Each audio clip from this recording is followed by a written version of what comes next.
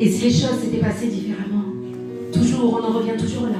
Si j'avais dit ça, si j'avais fait ça, si je ne l'avais jamais rencontré, s'il était parti plus tôt, si j'avais pu, de toute manière, je n'aurais rien fait. Et dans toute une vie, sincèrement, les si ont souvent bon dos.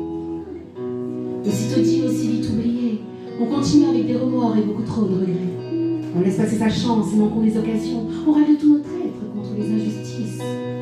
On parle des erreurs de parcours, de concours, de circonstances pour légitimer notre manque d'obstination, notre peur du vice.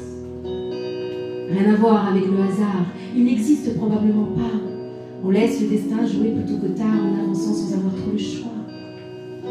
Et si on était maître de notre avenir, prendrait-on les mêmes décisions? Les si s'accumuleraient-ils pour le plaisir ou ferions-nous preuve de courage en assumant les non-décisions?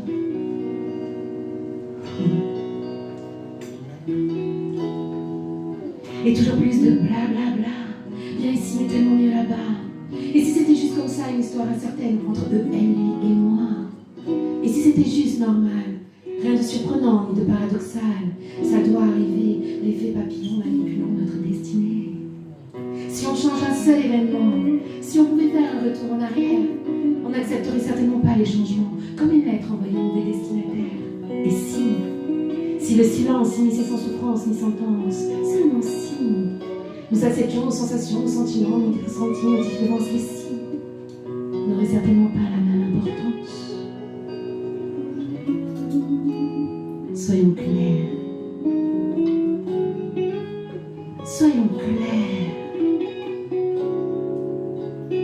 Je me fous des si de leurs commanditaires, plus rien à penser de la manière dont je dois leur plaire. Je n'envisage plus les si. Je dis, je fais, je les vis. Je m'octroie le droit d'exprimer ma profonde envie de ne pas continuer à jouer avec les interdits par peur de nous perdre, mais surtout par peur d'y rester. Je regrette rien. Pas de si ceci ou de si cela. Rien de moi n'existerait si tout ceci n'existait pas. Je suis comme je suis faite comme ça. Merci, monsieur Prévert, de l'exprimer bien mieux que moi. Et pour être réductrice, veuillez m'en excuser, mais je ne suis pas là pour vous plaire, et je ne puis rien changer.